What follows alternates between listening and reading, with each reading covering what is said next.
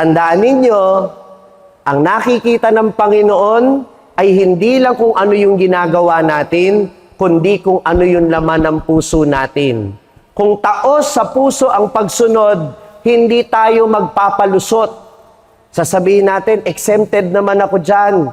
Kung nagmamahal ka, kahit exempted ka, pero kaya mong mag-fasting and abstinence, gagawin mo alang-alang sa pagmamahal. Tama o mali? At kapag sinabing abstinence, hindi lang ito yung pag-iwas sa karne. Pwedeng pag-iwas din ito sa chismis. Pag-iwas ito sa social media. Pag-iwas ito sa sobrang pagbababad sa ating screen time o sa pagsuscroll natin. Ang ibig sabihin nito, magdagdag ng oras sa panalangin. Susundin natin ang disiplinang ito dahil ito ay nakapagpapalalim ng pagmamahal natin sa Diyos at sa ating kapwa. Amen?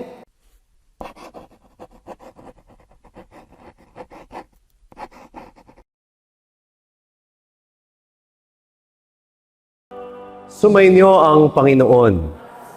Ang mabuting balita ng Panginoon ayon kay San Mateo. Noong panahong iyon, sinabi ni Jesus sa kanyang mga alagad, "Sinasabi ko sa inyo, kung ang pagsunod ninyo sa kalooban ng Diyos ay tulad lamang ng pagsunod ng mga eskriba at mga pariseyo, hindi kayo makapapasok sa kaharian ng langit. Narinig ninyo na noong unay iniuutos sa mga tao, huwag kang papatay. Ang sino mang makamatay ay mananagot sa hukuman. Ngunit ngayon sinasabi ko sa inyo, ang mapuot sa kanyang kapatid ay mananagot sa hukuman. Narinig ninyo na noong unay iniutos sa mga tao, huwag kang makiapid. Ngunit ngayon sinasabi ko sa inyo, ang sino mang tumingin ng may mahalay na pagnanasa sa isang babae, na sa isip niya'y nakiapid na siya sa babaeng iyon.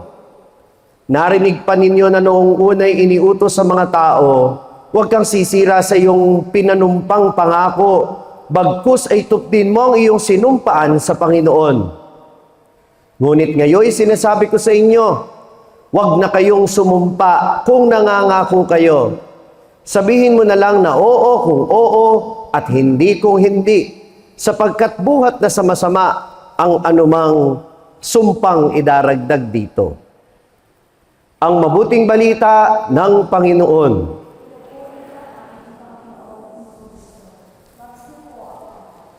Magandang umaga po sa inyong lahat.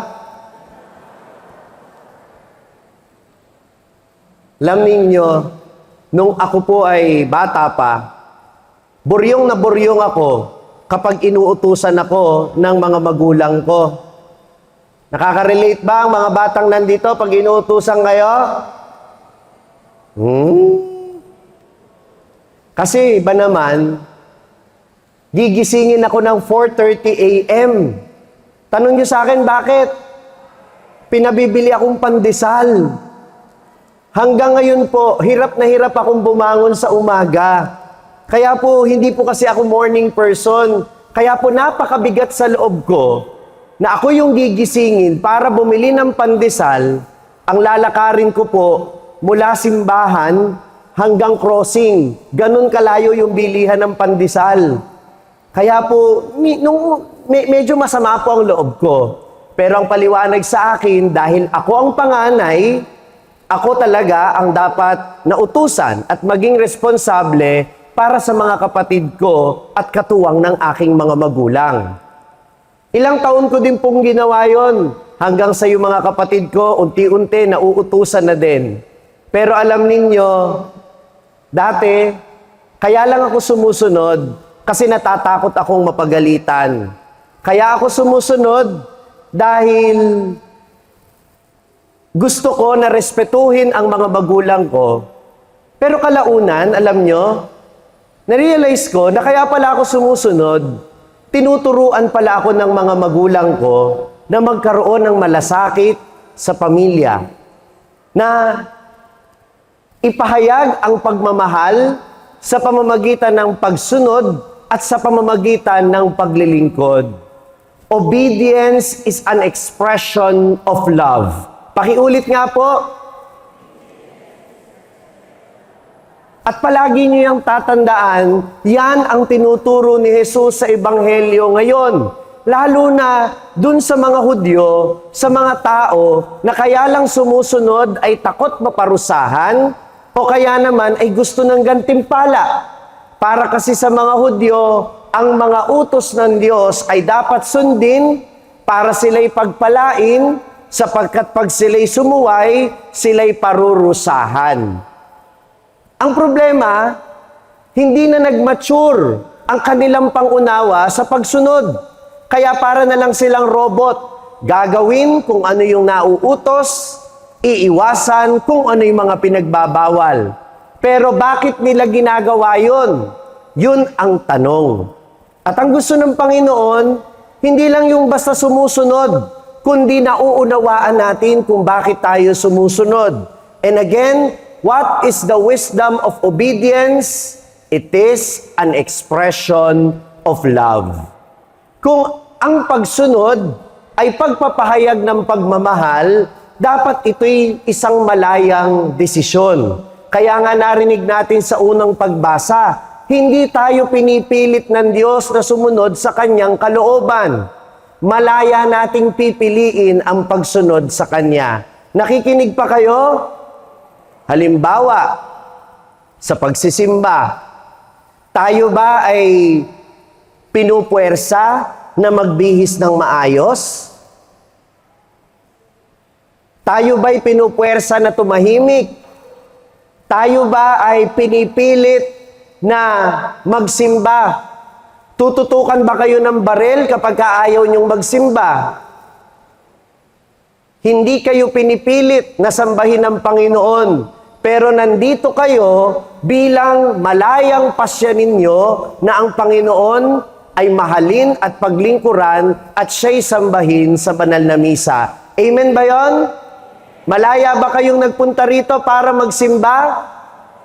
Yan ay pagsunod sa utos ng Diyos na ipangili ng araw ng linggo at ang pagsunod ninyo ay tanda na mahal ninyo ang Diyos. Palakpakan niya po natin ang bawat isa. Mahal niyo ba si Lord? Yan ay pinatotohanan ng pagsisimba ninyo. This is not merely an obligation. This is our expression of gratitude and love for God. Amen ba yon? Ganon din sa ating pagmamahal sa ating kapwa. Yung mga batas naman na nakasaad sa 10 utos ng Diyos, hindi po ito trip lang ni Lord. Yung mga batas na ipinasusunod sa atin ay para makaiwas tayong masaktan ang ating kapwa. Para din ito sa ikabubuti ng iba, hindi lang sa ikabubuti ng ating mga sarili. So when we obey the commandments of God, we are actually respecting the dignity of other people. Huwag kang papatay, huwag kang mainggitin, huwag kang magsisinungaling, huwag kang maninirang puri, huwag kang magnanasa sa pag-aari o sa asawa ng iba, huwag kang titingin ng may kabastusan sa ibang tao. Sabi ng Panginoon, huwag mong isipin na porket hindi ka nakasakit ng ibang tao, wala ka ng kasalanan. Remember when what I said last week? Hindi sapat na wala ka lang ginagawang masama. Dapat ay may ginagawa kang mabuti. At ngayon, dinadagdagan ng Panginoon yung pamantayan ng paggawa natin ng mabuti. Na ang paggawa ng mabuti o pag-iwas sa masama ay nagsisimula sa ating puso at sa ating isip. Iniisip mo pa lang, nasasaktan mo yung iba, nagkakasala ka na. Iniisip mo pa lang na may masamang mangyari sa ibang tao. Minsan kasi ganyan tayo di ba? Sana madapa ka. Sana wag kang ma-promote. Sana mapahamak ka. Iniisip mo pa lang yon, kasalanan na yon. Tanong niyo sa akin, bakit? Tanong niyo sa akin, bakit? Bagaman ang nakikita ng ibang taong kasalanan ay yung ginagawa mo o sinasabi mo, yung panlabas, ang nakikita ng Diyos ay ang puso mo. Kaya kapag ang puso mo ay may bahid na ng kasalanan, Dapat na itong ihingi ng tawad sa Panginoon. Dahil katumbas na rin ito ng mabigat na kasalanan, kagaya ng binabanggit sa Ebanghelyo. Nasa isip pa lang, nasa puso pa lang, yan ay kasalanan ng ginagawa. Kaya po, kapag halimbawa may naisip kayong masama, huwag nyo nang i-entertain. Kapag dumaan sa isip ninyo, halimbawa na nagalit kayo sa ibang tao, tapos parang naisip ninyo na gusto ninyong maghiganti, huwag na kayong mag-isip kung paano kayo makapaghihiganti. Bagkus, ano ang sabi ng Panginoon? Ipagdasal ninyo ang mga umuusig sa inyo, patawarin ninyo ang inyong mga kaaway.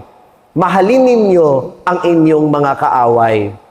Obedience to God is an expression of love, not only to God, but also towards one another. Sa pagsunod sa Diyos, hindi lang natin siya minamahal, minamahal din natin ang bawat isa. Amen ba yon? At kung minsan mahirap maintindihan, mahirap maunawaan kung bakit natin susundin ang Diyos, bakit nga ba natin patatawarin ang nagkasala? Paano kapag paulit-ulit ng ginagawa sa atin? Bakit tayo magmamahal ng kaaway, sinasaktan na nga tayo? Mga kapatid, nakikinig kayo? Mga bata, nakikinig kayo? Maiintindihan lang ninyo kung bakit kayo sumusunod kapag sumunod na muna kayo. Obey first before you complain. Pakiulit nga po. Sumunod muna at saka magreklamo. Hindi yung reklamo muna bago sumunod.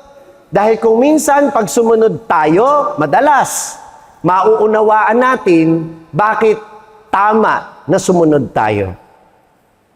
Naalala ko po, many years ago, nasa isang parokya po ako, mahal na araw. Yung parish priest ko, lumalabas sa kwarto at lumulusob papunta ng patio ng simbahan. Ang prosesyon ay 5:30 p.m. 4:30, sabi niya, ilakad nyo na ang prosesyon dahil uulan. Alam nyo, pinagtawanan siya ng ibang tao, nagalit yung ibang tao, nainis yung ibang tao, dahil ang utos niya, ilakad ng 1 hour ahead yung prosesyon dun sa schedule kasi uulan. Pero dahil wala naman silang magagawa kundi sumunod at inilakad ang prosesyon 4:30 p.m., 1 hour ahead. Alam nyo kung ano nangyari? Tanong nyo sa akin, ano? Pagbalik nung huling karosa sa simbahan, bumuhos ang malakas na ulan. Tapos na ang prosesyon. Saktong-sakto. Tinanong ko yung aking parish priest. Sabi ko, paano nyo po nalaman na uulan? Ngingiti-ngiti siya. Sabi niya, kasi Father, di ba tulog ako? Nagising ako sa lakas ng kuliglig dun sa puno. Sabi ng matatanda, pag malakas daw ang ingay ng mga kuliglig, uulan ng malakas. Kaya bumaba ako kaagad at sinabi kong simulan dahil alam ko uulan. At mula noon natutunan ko, walang masama kung susunod. Kahit may alam kang mas tama, kahit alam mong may katwiran ka, kahit alam mong may dahilan ka para hindi sumunod ka muna. At may matututunan ka mula sa pagsunod. Kung paanong natuto akong magmahal sa aking pamilya at maging responsable bilang panganay sa aming magkakapatid dahil sa pagbili ko ng pandesal 5:00 ng umaga. Marami tayong matututunan mula sa mga maliliit na utos na sinusunod natin. Mula sa pagliligpit ng higaan sa umaga, hanggang sa pagbili ng suka sa tindahan, at hanggang sa pagsunod natin sa mga batas trapiko, hanggang sa pagsunod natin sa mga batas ng ating bansa. Ang pagsunod ay nagbibigay ng karunungan sa atin. Amen? There is wisdom in obedience. Pakiulit. Kaya, sana'y matuto tayong sumunod bilang tanda ng ating pagmamahal sa Diyos at pagmamahal natin sa ating kapwa. Malapit na po ang Kwaresma, magsisimula na ito sa Miyerkules ng Abo, this coming Wednesday. Handa na ba kayo sa Lenten season?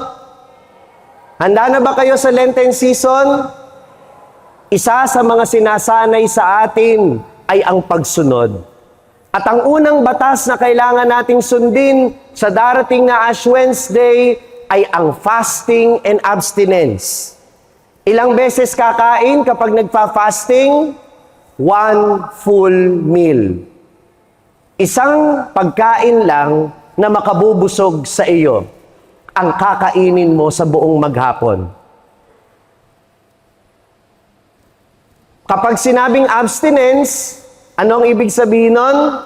Iiwas sa mga hindi kakain ng karne. Yung ibang mga Katoliko, kasisimba lang ng Ash Wednesday, may abo pa sa noo, diretso sa fast food. Nakikita ko nadadaanan ko. Nung minsan, nagmisa ako ng Ash Wednesday, hindi pa ako kumakain ng almusal, napansin ng mga tao na ako po ay gutom na. Niyaya po ako sa tanghalian pagkatapos ng misa. Father, sa amin ka na kumain kasi mukhang gutom ka na. Sabi ko, sige, ano ba ulam? Father, munggo naman, munggo. Pagdating ng munggo, namumuwalan sa chicharon. Sumusunod nga, pero nagpapalusot. Tandaan ninyo, ang nakikita ng Panginoon ay hindi lang kung ano yung ginagawa natin, kundi kung ano yung laman ng puso natin. Kung taos sa puso ang pagsunod, hindi tayo magpapalusot. Sasabihin natin, exempted naman ako dyan. Kung nagmamahal ka, kahit exempted ka, pero kaya mong mag-fasting and abstinence, gagawin mo alang-alang sa pagmamahal. Tama o mali? At kapag sinabing abstinence, hindi lang ito yung pag-iwas sa karne. Pwedeng pag-iwas din ito sa chismis. Pag-iwas ito sa social media. Pag-iwas ito sa sobrang pagbababad sa ating screen time o sa pagsuscroll natin. Ang ibig sabihin nito, magdagdag ng oras sa panalangin. Susundin natin ang disiplinang ito dahil ito ay nakapagpapalalim ng pagmamahal natin sa Diyos at sa ating kapwa. Amen? Sana nga ngayong darating na Kwaresma, makasunod din tayo sa mga iniuutos sa atin. Sa mga maliliit na bagay, sa malalaking bagay, gawing mahalaga natin ang pagsunod. Sapagkat sa pagsunod ay may karunungan at ang pagsunod ay pagpapahayag ng pagmamahal. Obedience is an expression of love. Amen. Kung na-bless ka sa pakikinig sa pagninilay na ito, siguradong mabe-bless din ito ang mga taong kakilala mo. Kaya ano pang hinihintay mo? I-share mo na ito sa iyong mga kaibigan at sa iyong mga kapamilya. At huwag mong kalimutan na mag-like at subscribe dito sa ating YouTube channel. At gayon din naman mag-follow sa aking mga social media platforms sa Facebook, Instagram, X at TikTok para manatiling updated sa mga ina-upload kong content. Gayon din naman, maaari ninyong masundan ang aking araw-araw na pagninilay, daily content ito, sa Hallow app. Ito po ang #1 prayer app sa buong mundo na madadownload nyo lang ng libre sa inyong Google Play Store at Apple App Store. O kaya naman, hanapin ninyo ang aking mga podcast, araw-araw, ang Pagninilay Ngayon ni Father Franz Dizon sa Spotify. Kung nais naman ninyo na magpaabot ng tulong para sa pagpapatuloy ng ating ministry, magpadala lamang ng message sa ating page para sa mga detalye. Muli, ako po si Father Franz Dizon ng Sa Madaling Sabi, mula po dito sa parokya ng San Martinan Tours, Pandiocesis na Dambana ng Mahal na Poon ng Cruz Sawawa, Bocaue, Bulacan. Mga ka-SMS, let us share the message of salvation.